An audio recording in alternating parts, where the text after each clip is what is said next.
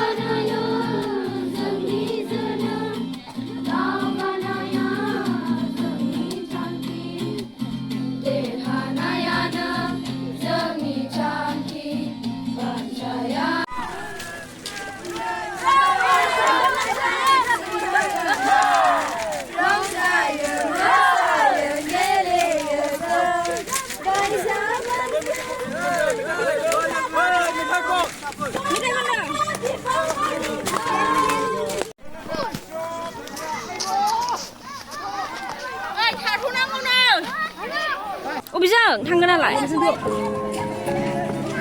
คนด่าขึ้นเลย